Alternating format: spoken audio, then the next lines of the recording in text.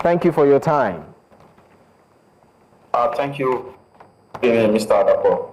All right, thank you for also joining us. I mean, you belong to a political party, and I believe that this, of course, directly connects, you as a party member. Looking at this bill and its intention, is this a welcome development? Let me start by saying, well, since the administration of Bola Ahmed Tinubu, began 2023, I can tell you that there's nothing the Nigerian people has, enjoyed so far. What we've been seeing so far is, repression, sending people to jail here and there, and seeing this coming from the House of Representatives. I think this is unnecessary.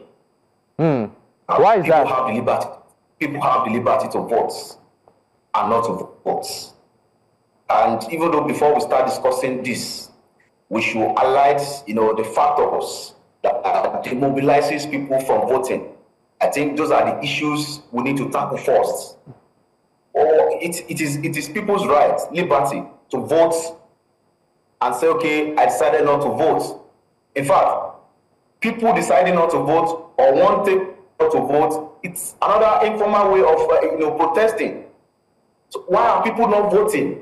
But sorry to come in, Kayode. The Senate to address, not trying to jail people who decided not to vote. It is unnecessary. Okay, I mean it is capitally unnecessary. All right, now I believe that the reason for this is to sort of tackle the issue to a large extent of voter apathy, where year on year we keep seeing that number drop, right? Yes, there's the issue of trust that you feel it should be addressed from the root cause. But don't you also think that bills like this would sort of make Nigerians to become not just conscious of their political environment, but also be involved? I mean, if you are not part, of the process, some will tell you don't even have the right to complain.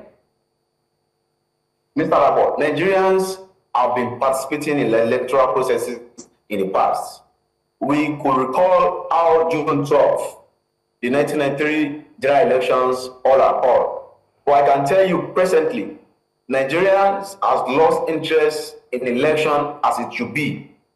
That's why I came up with the idea of we addressing the factors that demobilizes Nigerians for voting, which are security, lack of political education, the trust in the electoral processes, all. Those are the issues we need to tackle first. There are a lot of Nigerians, as I speak to you, they believe that their vote don't count any longer. How did they arrive in that situation? How did they arrive in that, thought? Those are the issues we need to address. Not trying to, force people, who decided not to vote. Like I said, it's another informal way of protesting. That no. These candidates that are coming out, none of these candidates I will vote for, because none of these candidates possesses the criteria that I want, as a voter, or what I'm expecting from them. You don't expect people who doesn't believe in the leadership or ruling of APC, and in their respective area, all the candidates, other political party fielded, they are not interested. You can't force such a person to vote. So trying to jail people who does not vote or finding them is as if you are just trying to repress them. Like I said, it is out of their liberty to vote and not to vote. So let the government of the country, let the INEC be transparent enough. Let the electoral processes be open enough to the people. The government should ensure that there is security. Let me bring this up.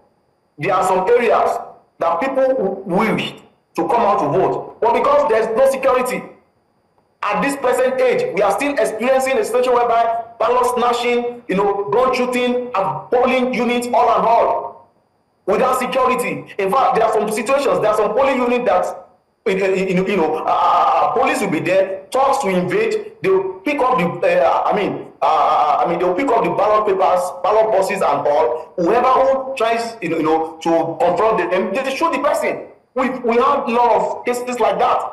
So let the government ensure, let the INEC ensure that all these are tackled.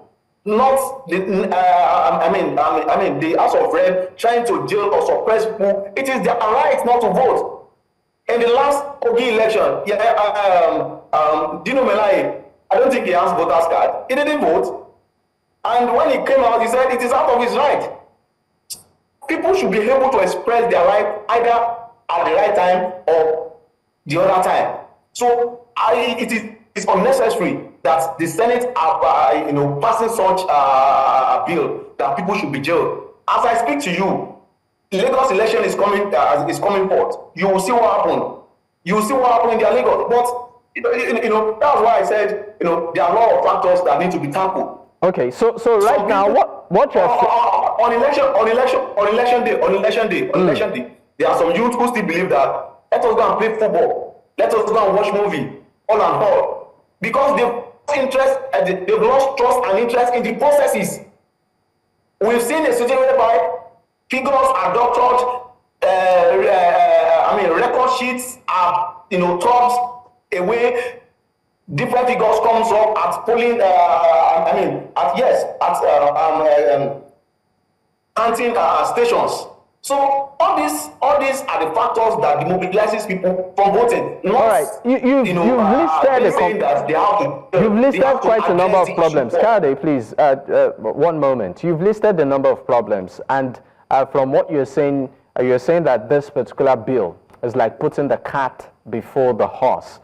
There needs to be addressing the core issues that sort of border around trust, which can be linked to voter apathy and all of that. But let's also look at the role of political parties. You are a member of a political party. You are the biggest. Political parties are the biggest beneficiaries during elections.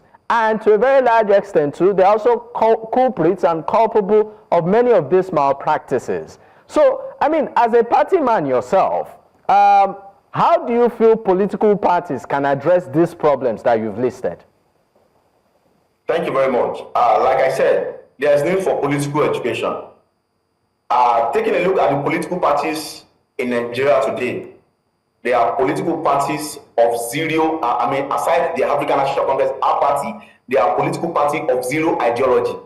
They are people that manage party A, and when they feel that, okay, nothing is happening in party A for them, they move to party B. That is, that is where we need to talk about political party ideologies. Political parties benefit from, voter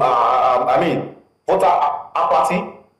And taking a look at the political parties that benefit in this case, they are not the party that people really wished, to be they are not the actual party that people really wanted to vote for. So the people that enjoy this same PDP, APC, and Labour Party or whatever. So when we are talking about addressing these issues, I agree that parties benefit, party benefits or enjoy, voter apathy. And who are the people causing this voter apathy? It is not people in power. It is not people who are managing or running, the affairs of the country, INEC, all and all.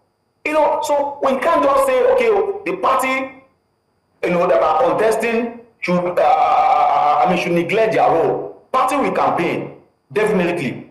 But at the same time, Nigerian people should look at political parties. Maybe I should put the question this way. With solid ideological template, which is very, very important. Okay, so maybe I should put the questions this way. I'll rephrase the question this way.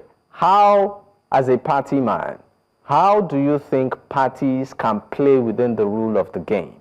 Many of this vote buying, violence, and what have you that you've listed and mentioned are usually carried out or sponsored by parties.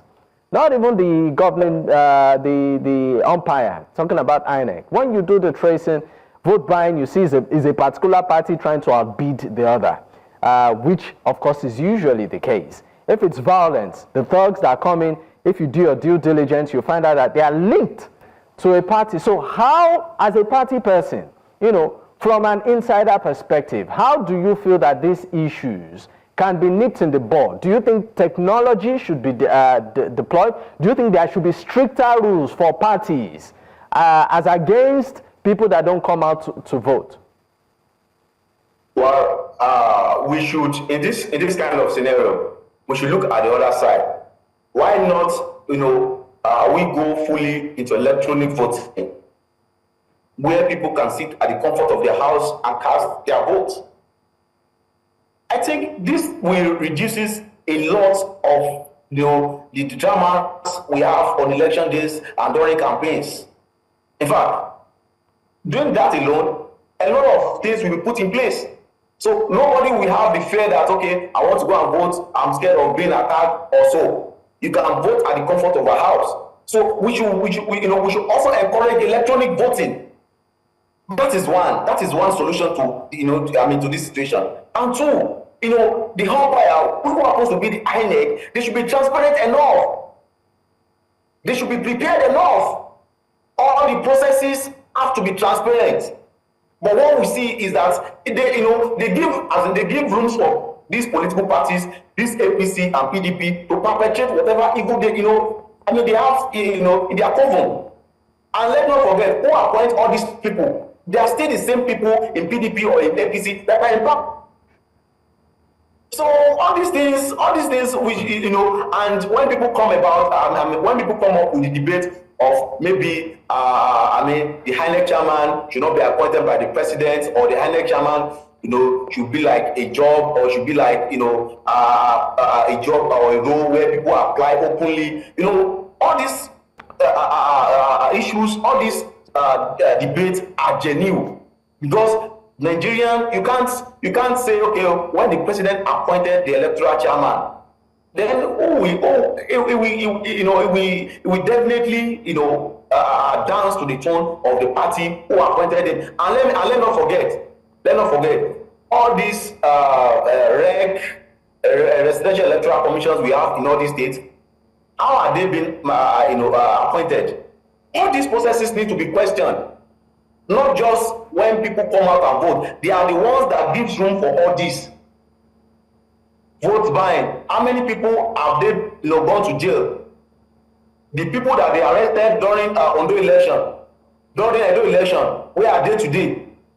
There are a set of people in power, and once the election is over, they get out their people. There are no serious consequences, and that is how they go with it. All right. I can tell you, if we can go fully into electronic voting, or the electronic voting, diaspora voting, all, I can tell you all this will reduce.